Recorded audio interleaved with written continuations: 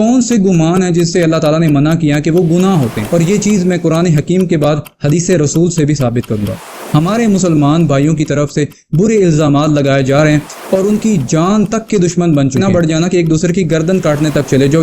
اس سے مراد کیا ہے؟ مومن مسلمان کو قتل کرنا یا اس کو مارنے کو کفر۔ میرے بھائیوں، یہ شدت کہاں آ گئی؟ ہماری یہ روش ہے، یہ کفریہ روش ہے۔ السلام علیکم۔ سرکار دو عالم حضرت محمد مصطفیٰ صلی اللہ علیہ وسلم جو میرے اور آپ کے پیارے نبی اور رسول ہیں، نبی کریم صلی اللہ علیہ وسلم کی ذات بڑی ہی شفیق ہے۔ اپنے غیر مسلموں کے اوپر بھی رسول اللہ صلی اللہ علیہ وسلم نہایت شفیق اور رحیم تھے۔ نبی اکرم صلی اللہ علیہ وسلم کی تعریف بیگانے بھی کیا کرتے تھے۔ اللہ تعالیٰ نے بھی قرآن حکیم میں فرمایا کہ ہم نے نبی کریم صلی اللہ علیہ وسلم کو تمام جہان کے لیے رحمت بنا کر بھیجا۔ نبی اکرم صلی اللہ علیہ وسلم نے فرمایا کہ مسلمان وہ ہے جس کے زبان اور ہاتھ سے دوسرا مسلمان محفوظ ہو، اور اسی طرح اللہ تعالیٰ قرآن حکیم میں مومنوں کے حوالے سے فرماتا ہے کہ مومنوں کے بارے میں گمان نہ کیا کرو۔ اللہ تعالیٰ سورۃ حجرات میں یہ چیز فرماتا ہے، اے ایمان والوں، بہت سے گمانوں سے بچو، بعض گمان گناہ ہوتے ہیں۔ تو اللہ تعالیٰ نے قرآن حکیم میں گمان کرنے سے منع کیا۔ یہ کون سے گمان ہیں جس سے اللہ تعالیٰ نے منع کیا کہ وہ گناہ ہوتے ہیں؟ وہ گمان وہ ہے کہ ہم کسی مومن مسلمان کے لیے دل میں کوئی ایسی بات رکھیں یا اس کے لیے کوئی برا نظریہ رکھیں یا اس کے بارے میں بغض رکھیں کہ اس مومن مسلمان کے ایمان کے اوپر ہم شک کریں، تو یہ گمان گناہ میں آتا ہے، اور یہ چیز میں قرآن حکیم کے بعد حدیث رسول سے بھی ثابت کروں گا۔ ہمارے مسلمان بھائیوں کی طرف سے برے الزامات لگائے جا رہے ہیں اور ان کی جان تک کے دشمن بن چکے ہیں، تو میں اس لیے نبی کریم صلی اللہ علیہ وسلم کی حدیث پیش کرنا چاہتا ہوں۔ ابن عمر سے مروی ہے کہ انہوں نے نبی کریم صلی اللہ علیہ وسلم سے سنا، آپ صلی اللہ علیہ وسلم نے فرمایا کہ میرے بعد کفر کی طرف نہ لوٹ جانا کہ ایک دوسرے کی گردن مارنے لگ جاؤ۔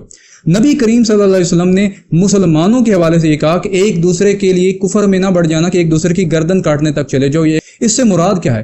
کیونکہ رسول اللہ صلی اللہ علیہ وسلم کی ایک اور حدیث بھی ہے جو اس حدیث کو سپورٹ کرتی ہے، وہی صحیح بخاری کے اندر 48 نمبر حدیث ہے کہ نبی کریم صلی اللہ علیہ وسلم نے فرمایا کہ مسلمان کو گالی دینا فسق ہے اور مسلمان سے لڑنا کفر ہے۔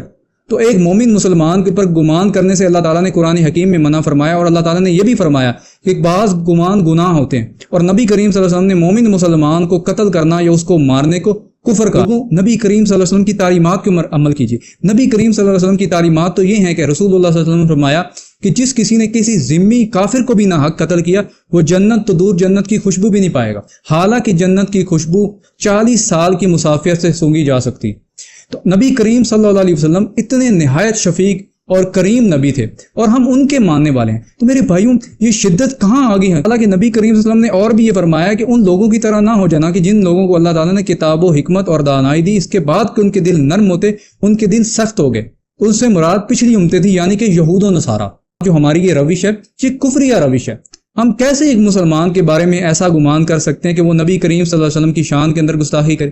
ایک مومن مسلمان نبی کریم صلی اللہ علیہ وسلم کی شان کے اندر ادنا سے ادنا گستاخی بھی نہیں کر سکتا، بڑی گستاخی تو دور کی بات ہے، کیونکہ مسلمان جو ہے وہ نبی کریم صلی اللہ علیہ وسلم کی ذات کے بارے میں بہت زیادہ سینسٹیو ہوتا ہے۔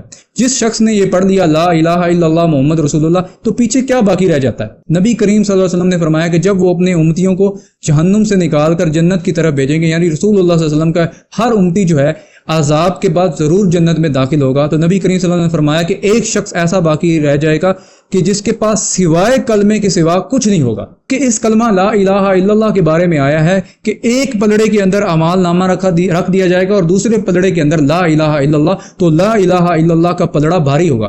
یہ وہ ہے لا الہ الا اللہ۔ نبی صلی اللہ علیہ وسلم نے تو یہاں تک فرمایا کہ جس شخص نے اقرار کر لیا لا الہ الا اللہ تو اس سے جنگ مت کرو۔ صحیح بخاری حدیث نمبر 392 ہے۔ لوگوں اللہ سے ڈر جائیے اور کسی مومن کے اوپر ایسے القابات اور الزام لگانے سے باز آ جائیے۔